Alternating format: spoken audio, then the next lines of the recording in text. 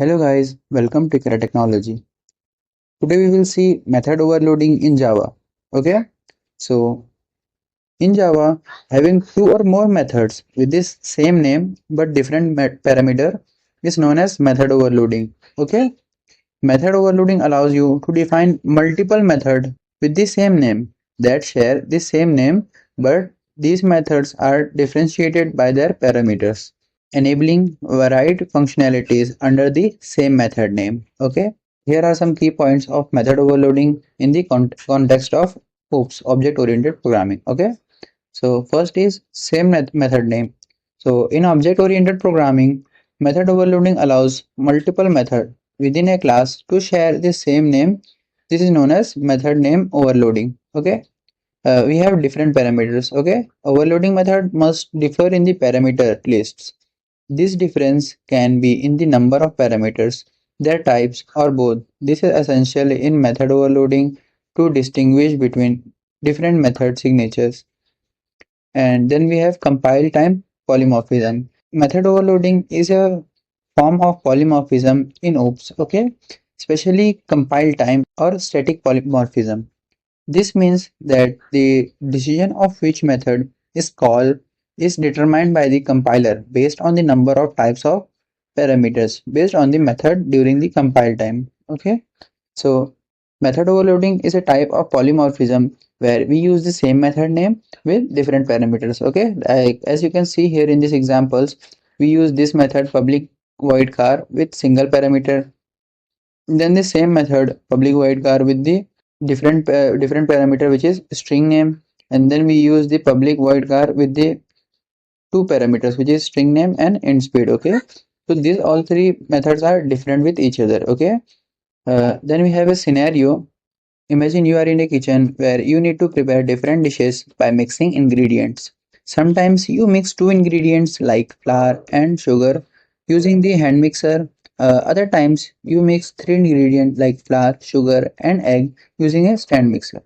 Your task is to write a program that is similar to given scenario using method overloading. Okay, so as you understand a scenario now here, you can see our example here. We have created two method which is mix ingredients. Okay, so we are in a kitchen, we will mix ingredient to make our food basically. So we have first method where we have two string data type variables, means we have two string data type parameters. Okay, and in the another also we have three string data type parameters. Okay, so after that, after taking those inputs, we are printing mixing first ingredient and second ingredient with a hand mixer, and similarly this and this ingredient with a stand mixer. Did you understand?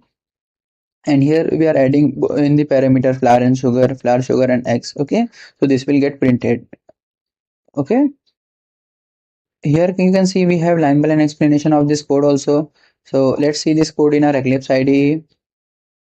See, as you can see, we are mixing ingredients of two parameter and three parameter. Okay, so we have created both the method where in first method we have two ingredients which are string data type, and in the another method we have three string parameters. Okay, and inside that we are printing mixing ingredient 1 and ingredient 2 with hand mixer, and in another method we are printing mixing ingredient 1 comma ingredient 2 and ingredient 3 with a stand mixer. Did you understand? And in our main method what we are doing, we are calling the class as that both the method are not static, so to access them we are using our instance, and after that we are using both the functions. Okay, so in first function we are using our we are using our parameter as flour and sugar, and in the another one we are using our parameter as flour, sugar, and eggs. Okay, so our first output will be mixing flour and sugar with a hand mixer, and another output will be mixing flour, sugar, and egg with a stand mixer. Do you understand how it works? If I will run this, you will see our output as I told. Okay, see, so basically method overloading is using a method with a different parameters. Okay, so this is how it works. And here below we have some tasks which you have to practice so that you can understand better. Okay, so today we saw method overloading in Java. Thank you.